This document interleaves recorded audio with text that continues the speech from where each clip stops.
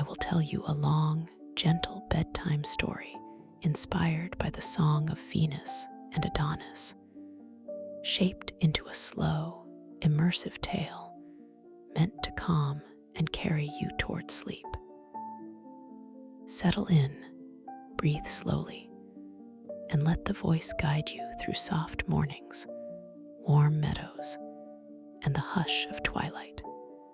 Once, when mornings wore the color of milk and rose, a world hummed with a different kind of music. Think of a place where the light moves slowly across the land, like honey poured across a broad table. There was a stretch of country where hills rose and fell as though someone had smoothed them with a great, invisible hand. Streams whispered and wandered, and the air itself felt like a knitted shawl, warm and familiar. In that gentle country, there lived many beings, birds that sang in small, careful phrases, rabbits that hopped without hurry, and trees that swayed as if keeping time with some very old and tender lullaby. Among these creatures walked two figures whose story is as old as the soft turning of the earth, Venus, who carried the hush of gardens and the courage of having loved for a long, long while, and Adonis, young and bright, whose steps were the quick, clear beats of a new morning. Venus wore the world like a vision. Her hair shone with the first light of dawn. Her face held the ease of the early hours. And when she walked through the fields, it seemed the flowers themselves blushed to meet her. She had known love in many ways, sometimes gentle, sometimes sharp as a winter wind. And in loving, she had learned how to be patient, how to wait with a kind of worshipful care that did not rush or call attention to itself. To her, love was a warm, steady thing, like embers in a hearth that would be tended and coaxed instead of flamed and burned. Adonis, on the other hand, walked like a swift breeze. He loved the chase, the way the world opens when one follows a line, a scent, the soft sound of wings, or the rustle of leaves. He moved with a hunger for life that was simple and honest. His eyes were wide, as if the world were an endless book whose pages he wanted to turn as fast as his hands could. He was handsome in the sort of way that made fields look kinder and horses more eager. On a morning when the sun had just rested his face against the rim of the day, the two of them met where the grass lay thick, and the birds had chosen to sing a slow duet.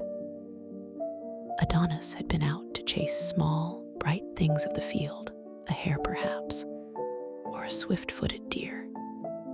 He loved the rhythm of movement, the breath in his chest, the smoothness of leather under his palm. He had no notion then that his path would be met and held by someone who had walked many roads and known much of what aches in hearts. Venus watched him and felt the old, familiar stirring of wanting to be near. She was, in the world of the heart, a gardener who wanted to tend every seed she saw. But she had a softness and a cunning she would not scare or crush. She let the want unfurl like a slow leaf. Where others might have rushed with bright hands and quick words, she kept her voice low and her steps gentle. She approached Adonis like one who has come to sit beside a sleeping child, not to startle, but to offer the quiet warmth of a blanket. There, in the cool hush between morning and high sun, she began to speak in small, soft sentences. She praised him as if admiring a painting. His smooth jaw, the color of his cheeks, the way sunlight shifted in his hair. Her voice was the sort that makes the air lean in and listen. Adonis, meanwhile, had the kind of reserve that comes from being young and certain there are many more things to discover. He loved the world. He loved its movement, not yet the stillness of another's steady concern. So when Venus offered words thick with devotion, he smiled in the way someone smiles when a curious bird alights near him, interested but restless. She offered him kisses, each one spoken of like a gentle promise, not loud declarations, but soft, measured gifts. She promised to be a realm where he could wander, to be a place that would hold him safe.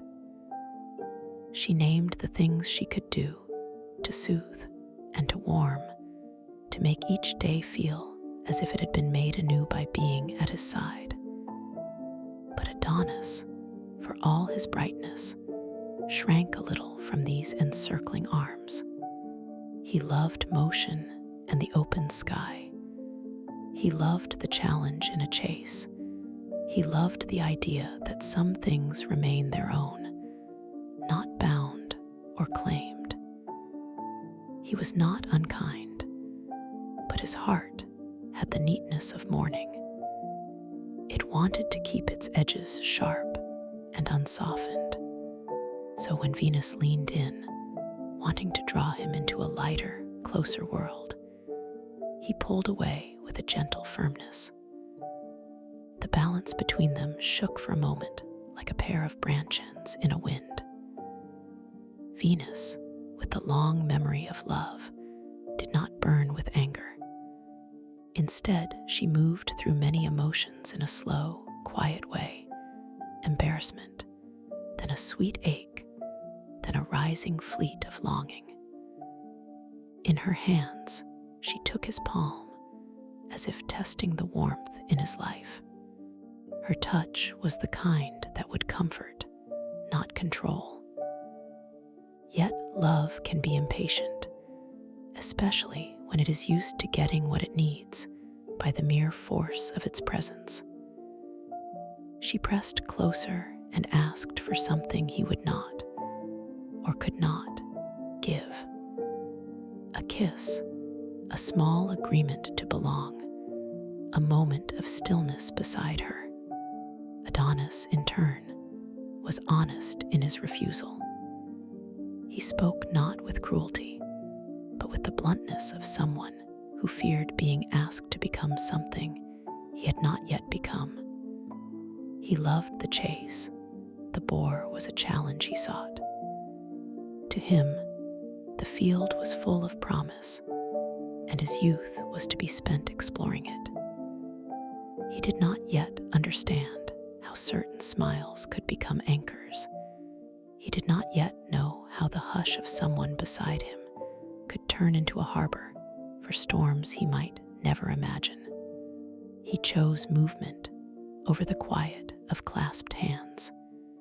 Venus, though stung and surprised, did not rage. She let herself sink into a soft kind of sorrow, the way a warm day might yield to evening. She tried again with words, gentle entreaties, vivid pictures of what the two could be, a park where he might run and always find sweet rest, a shelter against thorns, a comfort against the small cruelties of the world. She painted scenes of shared mornings, of laughter, and of the slow, deliberate savoring of small things. She told him, in the hush between heartbeats, that life is meant to be given and received, that beauty flourishes when it is invited to continue. Adonis, bless him, remained shy of being invited. He named reasons that were tangles of thought and bright impulses. how he had heard that love could be like a shadowy thing that makes a person hurt instead of heal. How he thought that to be loved in the way Venus offered might be to lose the sharpness of his delight. His words were honest as wind-caught leaves. He did not want to be anything but himself, not the answer to another heart's question, not the safe harbor that love sometimes asks one to become.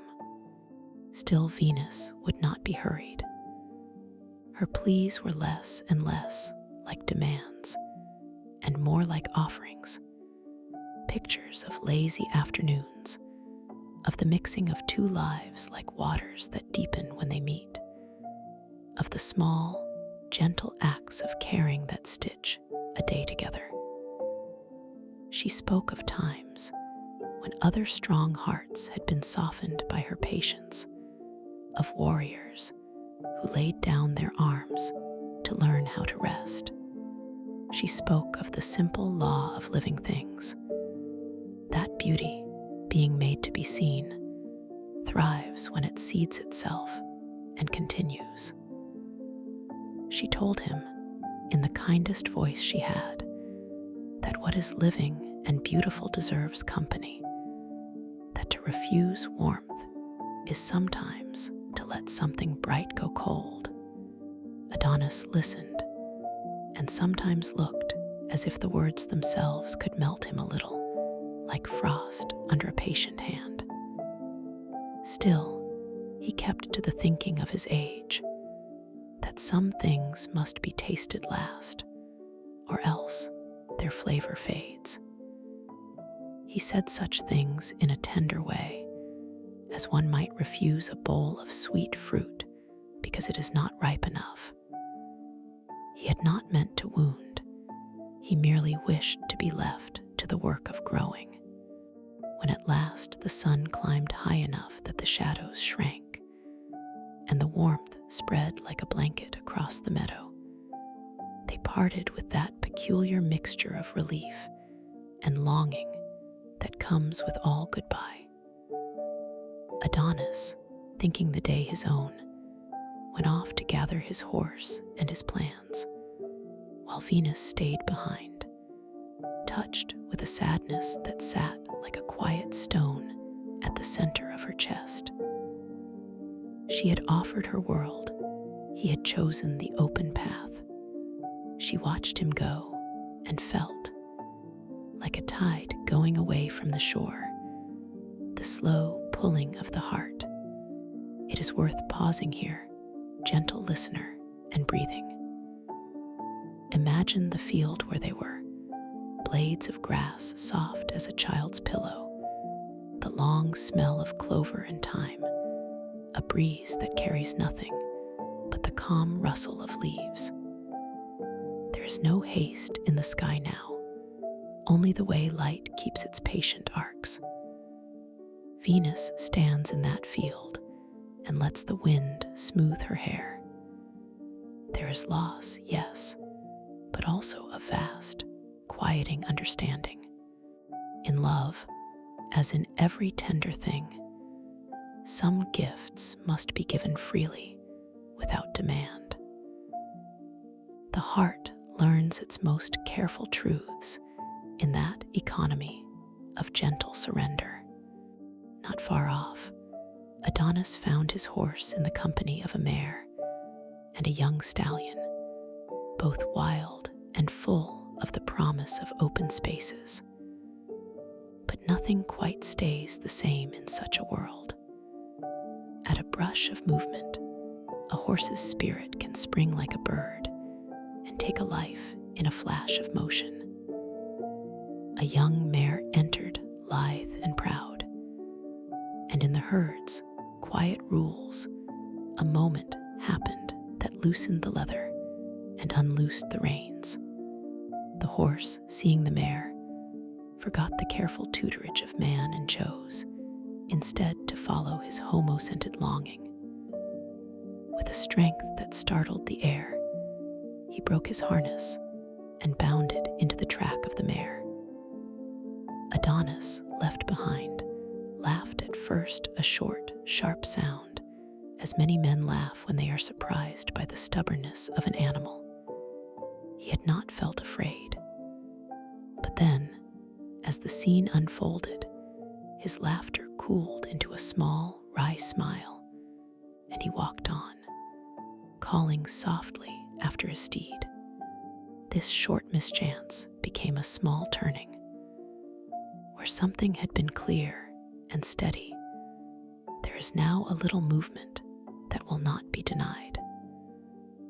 Venus, after all, watching not far away, saw the horse's bright rebellion and was reminded of the way love itself can be a sudden, stubborn thing. She moved toward the scene because her care would not allow her to do otherwise. She found Adonis sitting on the grass, his hands tucked in his lap, and she began to speak again, not with the fierce heat of some desperate lover, but with a slow, melodic insistence. She knelt near him like a mother warming a child, and in that stillness, the two of them exchanged 1,000 small, wordless things. Their conversation, should you let it soften your ears, unfolded like petals opening. There were times when her words seemed to find a small crease of softness in him. He told her stories of the chase, of how a hare runs like a thought escaped, how deer move like music, and she listened as if every small piece were a treasure. She spoke then of other things, the steadiness that grows when someone keeps faith with you, the way kindness can be the quiet power that does not break but sustains. She did not ask for the whole of him. Instead, she invited him gently to imagine a day that might include her, to picture moments where rest succeeds the thirst for motion. Adonis, being of a reflective sort, felt his heart stretch in different directions. He was not unfeeling. He simply had not known how to slow the pace of his life into a shared one. Sometimes, when the day is simply and purely itself, a person can be surprised by the magnitude of what steadier love offers. Mornings that feel like the close of a long, good dream, and evenings that sit like a song you want to replay gently. There is something quiet and sustaining in being noticed by another who knows both your soft and sharp edges and does not attempt to erase them. But this is a subtle thing, and Adonis had many whims to tend. Then, with a different mood in the air, he spoke of hunting the boar. He loved the idea of testing himself against something fierce. The boar in those lands was not a creature born to please. He was rough and sudden, a creature of bristle and boldness who would not be easily bested. The image of the boar struck a chord in Venus, and though she had been patient, her interest in Adonis now turned to fear. To watch someone you have come to care for approach danger is like watching sunlight probe a threshold. You see the brightness, but you also sense the danger that brightest days can hide. She begged him not to take that path. She suggested other daylight sports that would bring him challenge without such grim risk, the hare to chase and the sly fox to puzzle, the deer whose cunning might teach him patience by offering 1,000 small escapes. But Adonis, proud and young, loved the straightness of a peril that promised to test him. He saw it as a way to measure himself, to know his own mettle. He did not mean for his courage to be a slight to Venus. Instead, He saw the boar as an honest thing he could face and perhaps overcome. He meant to meet it with the firm grace of someone who has never pretended to be anything but forward in life. Venus could not watch without speaking. She tried again, every word a soft, pleading breath. She painted little drawings of fear in her mind, a boar's tusk that could turn away a life like smoke, a fall that could be sudden and irretrievable. Her voice grew hushed and full of small prophecies, not the loud kind that frightens the heart, but the intimate kind that sits like a pebble in your palm and grows heavier. She told him how in many small ways the world can wound even the most careful life.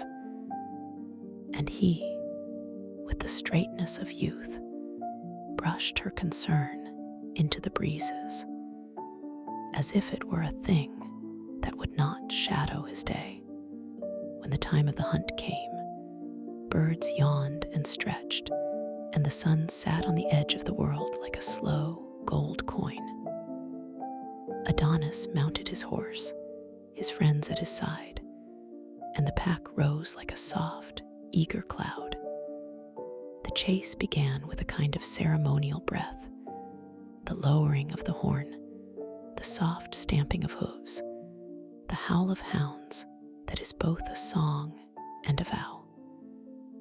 Venus watched, and her heart felt very thin and very precise, an instrument that trembled when it touched the rawness of fear. At first, the hunt had a quiet kind of music. The dogs ran, noses to earth, and the wind held its breath as if listening. The countryside, lovely and patient, watched with the sort of calm that gives space for things to happen. Then, as the notes sharpened, a rustle in the brambles became a sudden rush. The boar, broad and bristled, a creature of low, fierce thunder, surged into the clearing like something torn from Earth's older, tougher days. The moment widened as all the characters in that small drama took up their parts. Men with their spears, hounds barking in bright, instinctive chorus, the boar plunging and snapping, and being the brute it was. Now look gently into this part of the tale. As a listener, imagine the way a breeze moves across a field at dusk. It is sudden, it is moving, it rearranges the grasses, but does not change the sky. When the boar met Adonis, everything seemed to happen in a slow and startling blink. He ran to face it, brave, precise, and in that meeting there was a flash of consequence. The boar, in its raw way, struck. There was a wound, a quickness that ends the line between what is and is not. Adonis, young and bright, fell in that breath. Venus, who watched and loved, felt the world tilt in a way that cannot be easily put into words. The field seemed to hush in a manner beyond day's ordinary quiet. Her grief poured outward like a waterfall that had been held for too long. She moved toward him, as all who love move when something is broken, and she touched his brow. He was as if a star had been closed suddenly. The light there was present, and yet the brightness had been snuffed. She felt the coldness in his hand like the hush when a candle is gone. And in that grief, something very small and impossibly gentle happened. From the place of the wound, a flower rose. It is a kind of quiet miracle, not the thunderous, grand miracle you might expect from older stories, but a softer one that fits the tone of fields and the hushed sigh of winds. The bloom came up, thin and fragile, checkered with white and dark, like the quiet balance of dusk and dawn. Venus bent down to smell the new thing, and found in its faint, sweet opening the echo of the boy she had loved. She cradled it as if she might keep him safe in its tiny stem. There is a deep, slow language that runs through sorrow and rebirth. The flower, though small, holds a promise of the way life finds ways to continue. Venus, whose hands had known many kinds of solace, planted the bloom in the place Adonis had been buried with tenderness, and the care of someone who would ensure memory was kept. She wrapped it in thought and named it with her lips, a small benediction for the one she had lost. As she rose, the air seemed to shift. The quiet that followed had its own texture, not sharp and not hollow, but soft as the inside of a shell. Venus decided then that the world could not keep its old way of thinking. She would call for changes that honor the memory of a young life and ensure gentler paths for love. She spoke with a voice that was both weary and steady, of what love might be if it were tempered by grief and gentleness, less a ferocious hunger, more an everyday keeping. She made promises not of domination or of demands, but of the slow, patient work of remembering and making safe. Then, with the softest of gestures, she went away. Her chariot, drawn by doves whose wings were slow and almost soundless, lifted her from the field into the wide sky. She carried with her the flower and the hush of a heart that had been well loved and well wounded. Along the path back to the places she liked to keep hidden and tended, she thought of how the days were often shaped by small, enduring acts: the laying down of a stone, the planting of a seed, the soft promise that memorials make to the living. And now the story settles, like dust falling after a day of work. Think of the image of that last sight: doves lifting into the pale blue, the chariot like a soft cloud moving against the slow wheel of the sun. The fields lay quiet. The trees seemed to bow their heads in a tender, almost reverent way.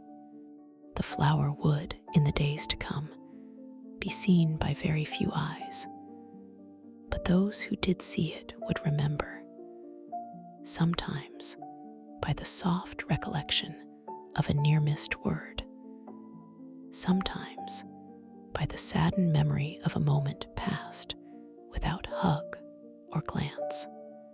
Here, dear listener, let us draw breath together. The world of this tale, bright, gentle, and touched with sorrow, is the kind of place that invites us to slow down. It asks not for great conclusions, but for a simple receptiveness, to feel, to hold, to let go. The grief in it is real, yet the quiet that follows is not empty. It is full of small promises. There is a lesson in patience and tenderness, that some lives pass like a soft bell's tone, and what remains is the echo of how we were kinder upon hearing it. Rest now with the picture of that meadow, the grass flattened in gentle waves, the tiny bloom cupped in a hand that knows how to keep things safe. Let your breath match the rhythm of the field. In, like the soft rolling of a hill; out, like a hush on a late evening.